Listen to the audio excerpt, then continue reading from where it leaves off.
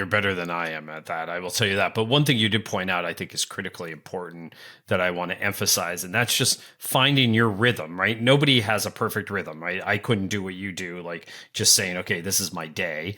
But I also know that I'm a better writer in the morning than I'm at night. I love to get up early. It's a great time to kind of ignore the news headlines and Twitter and social media and things like that, right? So, being up at 5 a.m. is great for me. It gives me a head start on the day. It gets me up ahead of the kids.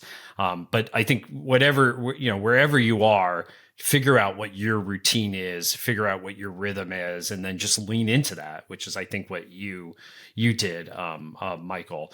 I'm going to write about this on LinkedIn soon about my process for research and writing. But there's this thing that Roy Peter Clark, who I first met at the Poynter Institute in Florida years ago, talked about journalists are either planners or they're plungers, right? They plunge right in, or they really plan. Now, I will admit I'm a plunger, right? I plan a little bit.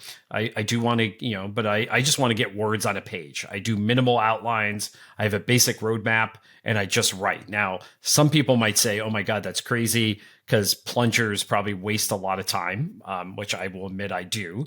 My writing process is not fun to watch, but I do like the result most of the time. So kind of curious about you. Are you more of a planner, more of a plunger? I'm like you. Outlines make zero sense to me. Like when I was at the Christensen Institute, right, I would have, because I managed then, and I would have people, my research fellows would come to me with like detailed outlines of the white paper that they were about to write. And I would look at it and be like, I'm sure it's okay, but I won't know until I actually see the draft. Because they like literally make no sense to me. So what I do is, I think similar to you, I hand write on a piece of paper a super high level arc of what I'm about to go do.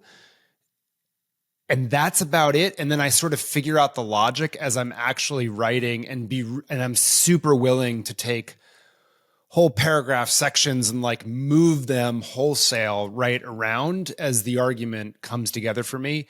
Clay Christensen really talked a lot about structure when we worked together. And I really learned to appreciate the importance of getting that right. But the only way I can figure it out is to actually figure out what I want to say in detail, is what I found, Jeff.